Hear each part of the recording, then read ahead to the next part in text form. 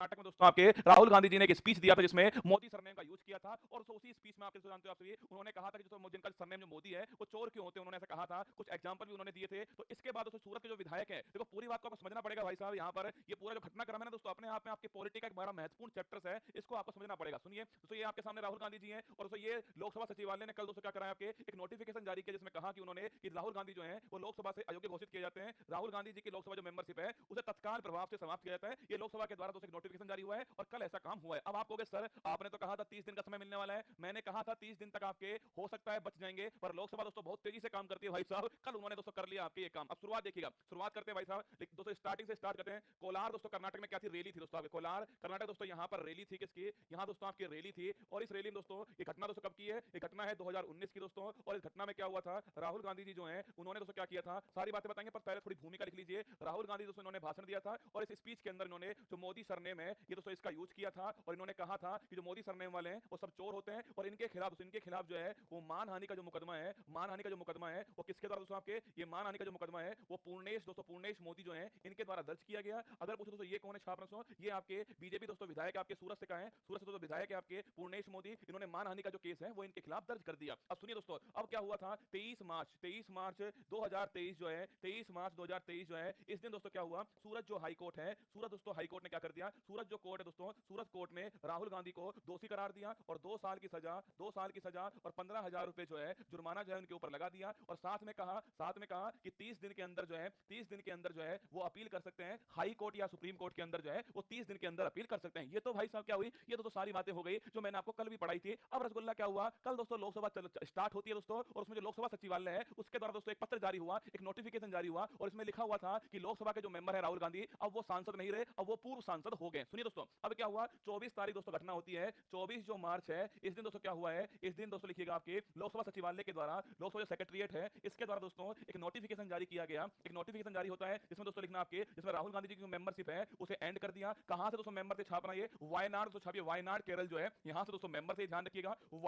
वायनाड दोस्तों केरल से मेंबर थे ये, इनकी जो मेंबरशिप है उसे एंड कर दिया गया है। अब आप पूछोगे सर ऐसा क्यों किया गया है, ऐसा क्या हुआ दोस्तों, एक्चुअली में दोस्तों इन्होंने दोस्तों हवाला दिया है आर्टिकल नंबर 102। अब सुनो मेरी बात को, इन्होंने रसगुल्ला का सवाल दिया, देखिए दोस्तों ये आपके सामने दोस्तों पत्र है जो लोकसभा नोटिफिकेशन दोस्तों जारी हुआ है 24 मार्च की तारीख दोस्तों है इसके अंदर और लिखा हुआ है दोस्तों इसके अंदर कि Shri Rahul Gandhi member of Lok Sabha representing the Wayanad parliament constituency of Kerala stand disqualified from the membership of Lok Sabha from the date of his conviction 23 March 2023। साफ साफ लिखा हुआ है कि जिस दिन दोस्तों जिस दिन उनके ऊपर दोष सिद्ध हुआ है 23 मार्च की तारीख से उनकी जो मेंबरशिप है उसे दोस्तों करते हैं उसे डिस्क्वालीफाई किया गया है, उन्हें अयोग्य करार दिया गया है in terms of the provision of article 102 102 102 1E। दोस्तों ये इन्होंने लिखा है कि ये जो आर्टिकल है इस अनुच्छेद के अनुसार और साथ में लिख दिया आपके of the constitution of India read with section 8 of the representative act 1951। बिल्कुल साफ साफ लिख कर दिया दोस्तों कि दो चीजों के आधार पे, आधार दोस्तों क्या लिख के दिया है, आधार दोस्तों लिख के दिया है, एक दोस्तों आपके अनुच्छेद लिखना, अनुच्छेद 102 दोस्तों आपके आधार लिख के दिया है और एक दोस्तों लिखिएगा, एक दोस्तों कौन सा हो गया आपके रिप्रेजेंटेटिव दोस्तों आपके जो एक्ट है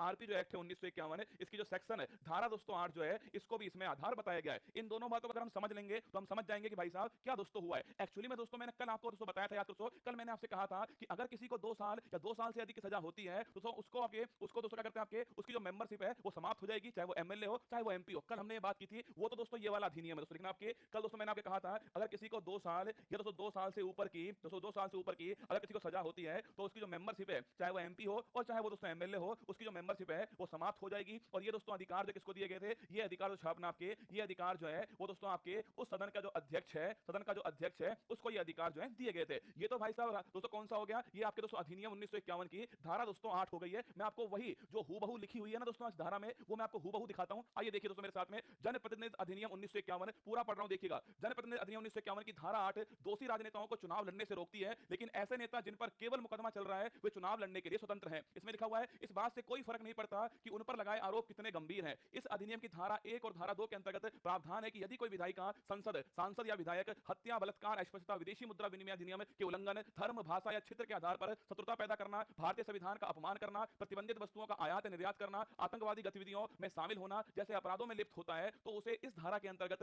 अयोग्य माना जाएगा और 6 वर्ष की अवधि के लिए अयोग्य घोषित कर दिया जाएगा। साफ साफ लिखा हुआ दोस्तों आपके धारा 8 के अंदर साफ साफ लिखा हुआ है कि उसे अयोग्य घोषित करेंगे और अगले 6 साल वो चुनाव भी नहीं लड़ पाएगा। इसमें लिखा हुआ दोस्तों लिखना आपके वो अगले दोस्तों लिखना आपके अगले वो 6 वर्ष के लिए, अगले 6 वर्ष के लिए वो चुनाव दोस्तों लड़ने के लिए क्या होगा, चुनाव लड़ने के लिए भी अयोग्य घोषित होगा, ये इसमें लिखा हुआ है। फिर आप कहोगे सर इस वाले अनुच्छेद का क्या दोस्तों मतलब हो गया? अब देखना दोस्तों, ये वाला जो अनुच्छेद है ना, अनुच्छेद 102 जो है वो मैं आपको सुनाता हूं। देखिएगा दोस्तों, भारतीय संविधान का अनुच्छेद 102 सदस्यता के लिए निर्भरता है। कोई भी मेंबर है दोस्तों, उसके लिए क्या दोस्तों क्वालिफिकेशन है, क्या दोस्तों आपके क्वालिफिकेशन है, वो आपके सामने यहां पर है कि कोई व्यक्ति संसद के किसी सदन का सदस्य चुने जाने के लिए और सदस्य होने के लिए निर्धारित होगा यदि वह भारत सरकार के लिए किसी राज्य की सरकार के अधीन ऐसे पद को छोड़कर अगर कोई वो लाभ का पद धारण करेगा तो उसे दोस्तों डिस्क्वालीफाई। देखिए लिखिए दोस्तों, मैं लिखता हूं यहां पर किस प्रकार दोस्तों किसी भी दोस्तों मेंबर को डिस्क्वालीफाइड कर सकते हैं। दोस्तों छापना, अगर वो लाभ का पद धारण करता है, लाभ का पद धारण करता है तो डिस्क्वालीफाइड कर सकते हैं दोस्तों आपके। सेकंड दोस्तों, अगर वो दिवालिया दोस्तों हो गया है, बैंकरप्ट दोस्तों हो चुका है, पैसा दोस्तों खा करके भाग गया है तो दोस्तों कर सकते हैं उसको। थर्ड दोस्तों छापना आपके, अगर दोस्तों मानसिक रूप से कमजोर है, मानसिक रूप से कमजोर है और